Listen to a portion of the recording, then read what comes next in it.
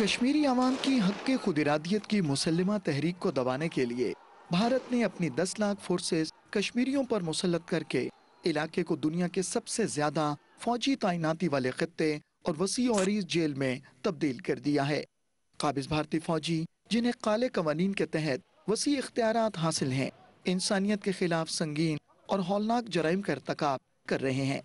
1989 से अब तक 1 लाख कश्मीरियों का कत्लेआम, लाखों मकानों, दुकानों और दीगर तामीरात की तबाही, हजारों लोगों की गिरफ्तारी और उन पर वहशियाना तशद्दुद भारत की बदतरीन रियासती दहशतगर्दी की चंद जीती जागती मिसालें हैं।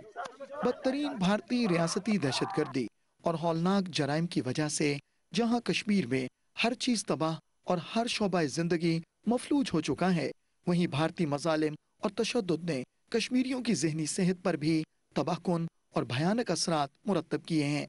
कश्मीर में माहिरीन नफ्सियात का कहना है कि खित्ते की 40% से ज्यादा आबादी नफ्सियाती मसाइल और जहनी अमराज का शिकार है, जिनमें खवातीन और बच्चों की तादाद सबसे ज्यादा है। मकबूजा जम्मू और कश्मीर के जिला शोपियां की रिहायशी 55 साला हसीना उन अफराद में शामिल है जो भारत की रियासती दहशतगर्दी के नतीजे में दिल की मरीजा बन चुकी है।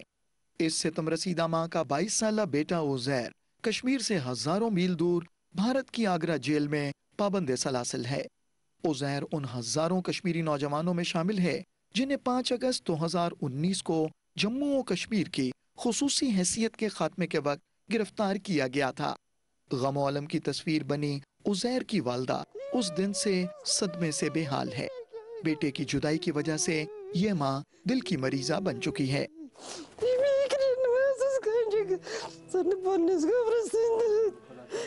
Sarsi pansi şam tasara yasandan çay bıçağı bir hamamini nimayet garsın her bakasatam seni jamaratan almayti zamay bakaz kavla git gasas almayti ratan vani çampartna somos batı zaman şarım ango tampet moal az karis tramalakat karis moal dah लड़का से मैं देखता है बड़ा सारी तरह एक बासन उज़ैर की वालदा अपनी जिंदगी से मायूस हो चुकी है और हर वक्त अपने बेटे की याद में गमज़दा रहती है।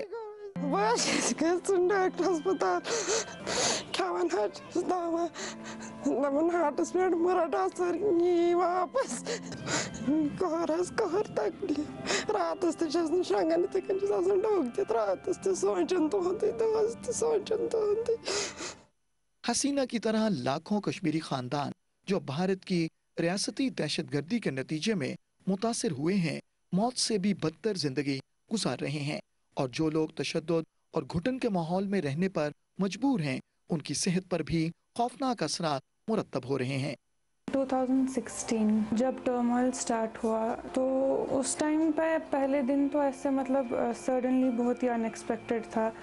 अगले दिन से ब्लड शेड कॉन्टिन्यूसली इतना सब कुछ हुआ, फिर इंटरनेट बंद हो गया, ख़त्म ही नहीं हो रहा था वो सब कुछ।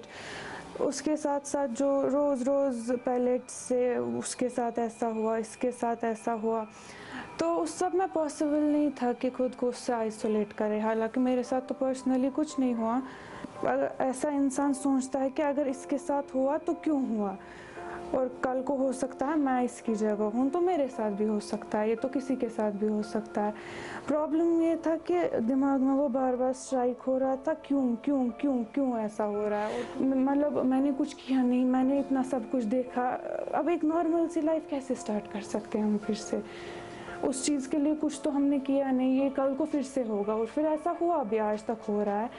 लेकिन वो चीज़, वो जो एक दिमाग में एक बात आई, वो डेवलप होती गई टू द एक्सटेंट कि एक दिन मुझे सडनली मुझे समझ नहीं आया मेरे साथ क्या हो रहा है, फिर डॉक्टर के पास आना पड़ा। भारत के गैर कानूनी ज़ेर कब्जा जम्मू और कश्मीर के ये हालात एक बहुत बड़े इंसानी अलमिये का पेश खैमा है।